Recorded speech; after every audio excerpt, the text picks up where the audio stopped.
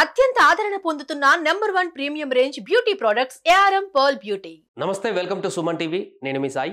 ఇప్పటికే Russia Ukraine యుద్ధంతో ఆ రెండు దేశాల మధ్య తీవ్రమైనటువంటి ఉద్రిక్త పరిస్థితులు ఉన్న నేపథ్యంలో, అలాగే రష్యాలోకి ఉక్రెయిన్ సైన్యం చొరబడి అక్కడ కొంత ఆందోళన కలిగిస్తున్నటువంటి సందర్భంలో రష్యాకు మరొక కురకరాని కోయగా మారింది తాజాగా అక్కడ జరిగినటువంటి సంఘటన. అక్కడ ఏం జరిగిందో, అసలు ఏం జరిగింది అనేటువంటి పూర్తి వివరాలు తెలుసుకుందాం. తాజాగా రష్యాలో భూకంపం భారీగా ఏర్పడింది. అంతేకాకుండా అగ్ని పర్వతాలు బద్దలవుతున్నాయి. అక్కడ చూడొచ్చు, ఇక్కడ పిక్చర్లో అగ్నిపర్వతం నుంచి ఎగిసిపడుతున్న బూడిద.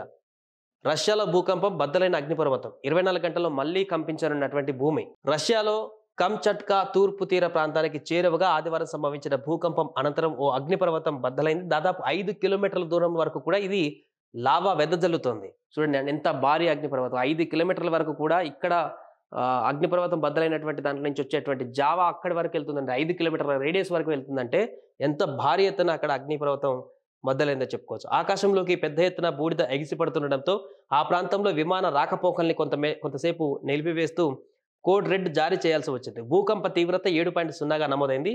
షివెలుచ్ అనే ఈ అగ్నిపర్వతం అత్యంత క్రియాశీలకమైనది. దీని నుంచి 2.5 కిలోమీటర్ల ఎత్తు వరకు బూడిద ఎగిసిపడుతున్న దృశ్యాలను ప్రభుత్వం విడుదల చేసింది.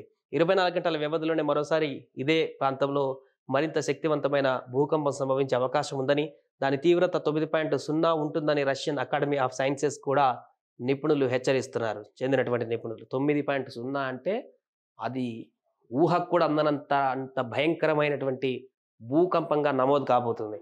సో ఇప్పుడు వచ్చింది 7, ఇప్పుడు వచ్చేటువంటిది 9.0గా ఉండొచ్చు అనేటువంటి ఒక అంచనా వ్యక్తం చేస్తున్నారు. ఒకవేళ అంత భారీగానే వస్తే మాత్రం ఆ పరిసర ప్రాంతాలలో చాలా నష్టం అయితే వచ్చేటువంటి అవకాశం ఉంటుంది. దాని ప్రభావం ఆ ప్రాంతానికి కాదు, దాని చుట్టుపక్కల ఉన్నటువంటి వేరే ప్రాంతానికి కూడా పడేటువంటి అవకాశం ఉంది. ఏదేమైనా కూడా ఇది చూడండి, అగ్నిపర్వతం 2 కిలోమీటర్ల హైట్ వరకు బూడిద పోతుందంట.